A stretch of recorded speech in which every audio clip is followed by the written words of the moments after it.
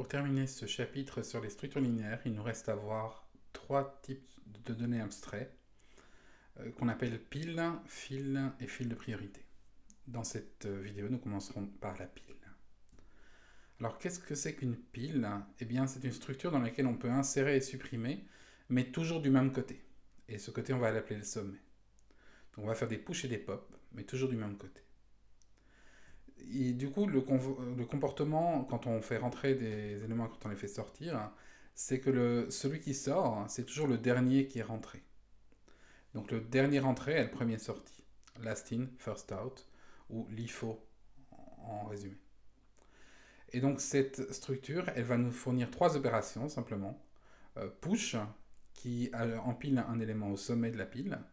Pop, qui retire l'élément au sommet de la pile. Et puis top, qui permet d'accéder à l'élément au sommet de la pile. Alors, ce comportement, on peut le mettre en œuvre de nombreuses manières différentes.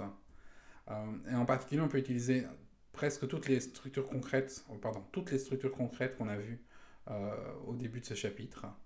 On peut utiliser un tableau de taille variable. Dans ce cas-là, il faut insérer et supprimer en fin de tableau.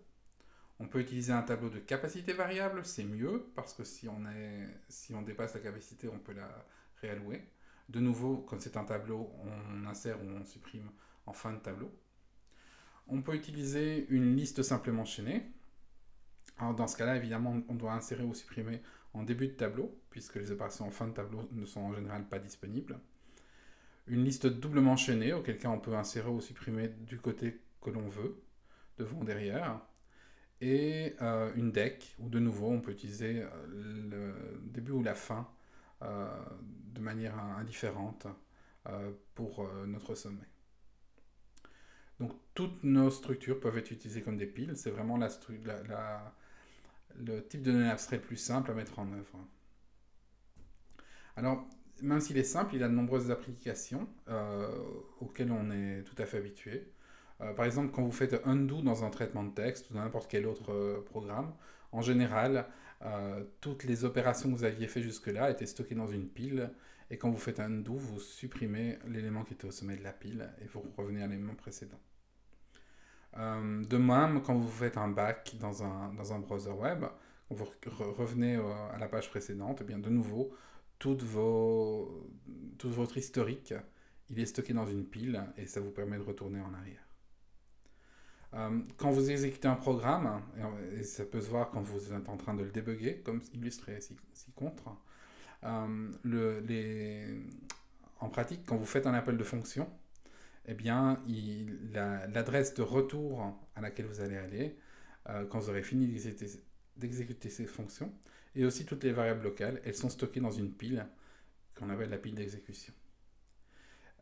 Et si vous ne voulez pas faire de récursivité, si vous voulez à la place faire de l'itératif, c'est toujours possible si vous mettez en œuvre explicitement cette pile pour émuler ce que ferait l'ordinateur en faisant des appels récursifs. Alors parfois il y a plus simple que cela, mais il y a toujours moyen aussi de le faire comme cela. On va s'intéresser à une application en particulier qui est l'évaluation d'expressions arithmétiques. Une expression arithmétique, c'est simplement ce que vous faites depuis que vous êtes au tout début de l'école. C'est une combinaison de plus, de fois, de moins, de divisé, avec éventuellement des parenthèses. Alors si on considère l'expression ci-contre, donc 1 plus, ouvrez les parenthèses, 2 plus 3, fermez une parenthèse, fois 4 fois 5, et qu'on cherche à en évaluer la valeur, eh bien, on ne va pas simplement le faire de gauche à droite, parce que les parenthèses nous donnent des choses à faire d'abord. Mais l'ordre dans lequel on va faire les choses, c'est qu'on va d'abord calculer 2 plus 3, ce qui nous donne 5. Ensuite, on va faire 4 plus 5, ce qui nous donne 20. Et maintenant qu'on sait que 2 plus 3 vaut 5 et 4 fois 5 vaut 20, on peut faire le produit des deux. Et donc 5 fois 20 fait 100. Et maintenant qu'on sait que tout ce qui est dans les parenthèses à la droite du plus vaut 100, on peut faire 1 plus 100 égale 101. Alors de manière plus générale, dans nos expressions mathématiques, les expressions s'écriront avec entre parenthèses une valeur, une opération, une valeur. L'opération ça peut être plus, moins, fois, divisé, n'importe quelle opération binaire définie en mathématiques. Et puis V1 et V2, alors ça peut soit être une valeur numérique, comme on avait précédemment, 1, 2, 3, 4, 5, soit ça peut être une expression. Et donc la définition d'une expression, c'est une définition récursive, puisque V1 et V2 peuvent eux-mêmes être des expressions. Et c'est ce qu'on avait dans le cas précédent, où on avait 1 plus une expression qui valait 100, mais qui n'était pas écrite sous la forme de 100, mais sous la forme du produit de deux expressions, une des deux expressions étant 2 plus 3 et l'autre étant 4 fois 5. Alors, quand on voit une expression comme ça, le moment où on peut l'évaluer, c'est quand on arrive à la parenthèse fermante, la parenthèse à droite. Parce que cette parenthèse, à ce moment-là, on connaît toutes les valeurs. On connaît V1, on connaît V2, on connaît l'opération, et donc on peut évaluer l'opération. Avant cette parenthèse, ce n'est pas possible. Et donc, avant d'évaluer, il va falloir stocker quelque part les valeurs V1, V2 et l'opération, parce qu'on en a besoin pour l'évaluer quand on arrive à la parenthèse droite. Et pour stocker ça, eh bien, le plus simple, c'est d'utiliser deux piles. Alors, c'est un algorithme qui était proposé par Esker Dijkstra, que vous rencontrerez encore plus tard quand vous verrez les graphes, par exemple, voire en génie logiciel, quand vous verrez un article célèbre qu'il a écrit qui dit que c'est très mal d'utiliser les expressions GoTo. Mais là, ce qui nous intéresse, c'est son algorithme à deux piles. Et donc, c'est une fonction pour évaluer une expression. Alors, on définit deux piles. Une pile qui va servir à stocker les opérations, qu'on appelle ici pile-op, et puis une pile qui va servir à stocker les valeurs, qu'on appelle pile-val. Et ces deux piles, elles commencent en étant vides. Et puis, on commence à lire l'expression qu'on doit interpréter. Donc, on lit un élément de l'expression. Alors, ça peut être soit une parenthèse, soit un opérateur, soit une valeur numérique. Alors, peut-être parser une valeur numérique, c'est plus compliqué, mais ça, on ne s'y intéresse pas ici. Alors, si c'est une parenthèse gauche, qui est le premier cas, on va simplement les ignorer complètement. Si c'est un opérateur, on va mettre l'opérateur dans la pile des opérateurs, avec un push. Si c'est une valeur numérique, on met la valeur numérique dans la pile des valeurs, avec un push. Et puis, ce qui est intéressant, c'est l'évaluation.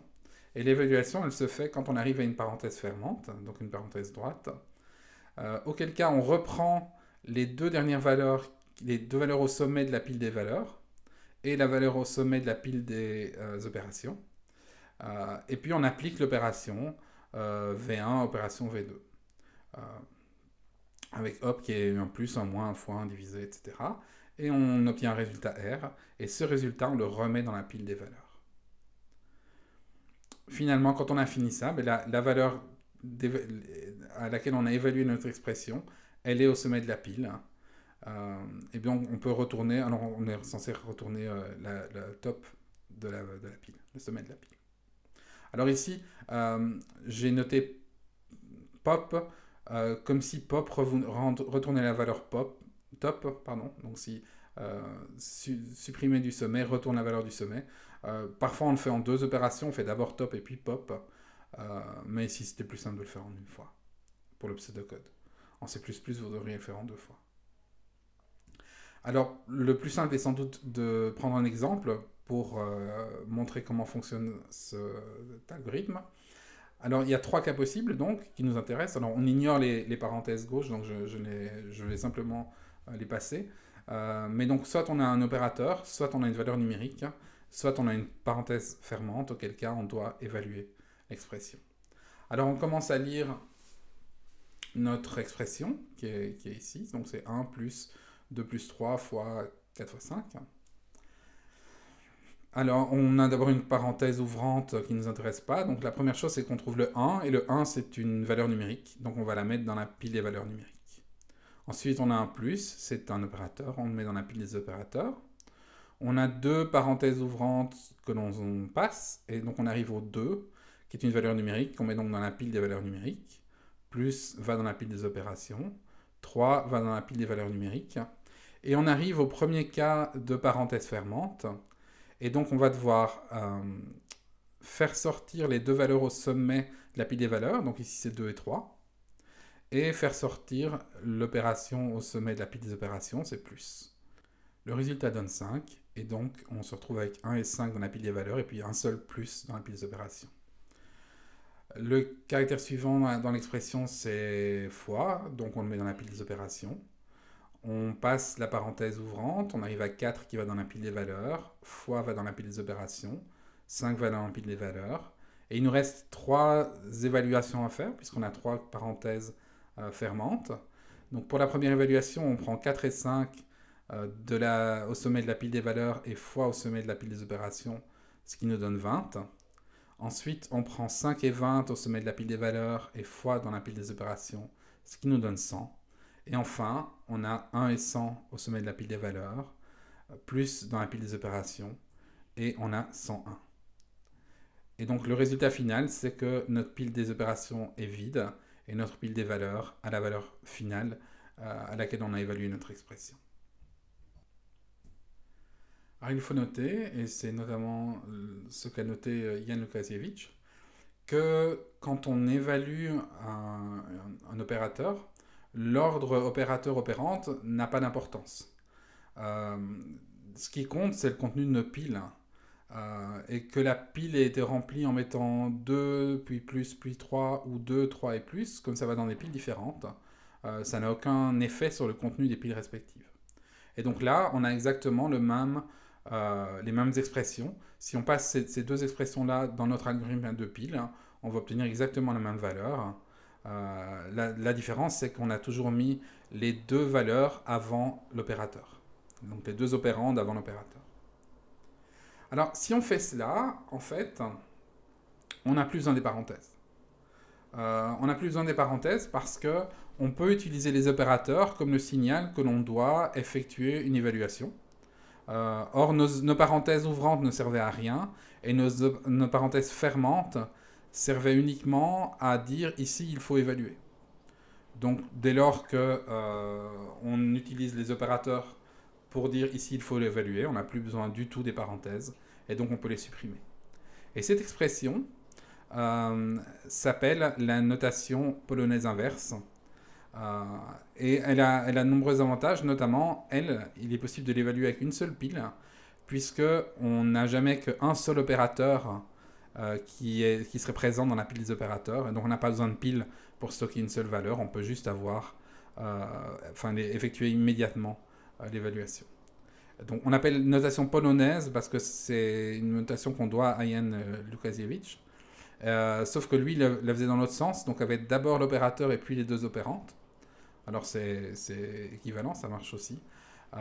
Mais c'est plus facile pour nous de l'utiliser dans ce sens-là. C'est une notation qu'on retrouve par exemple dans certaines calculatrices scientifiques de Hewlett-Packard, ce genre de choses. Et cela conclut ce que je voulais dire sur les piles.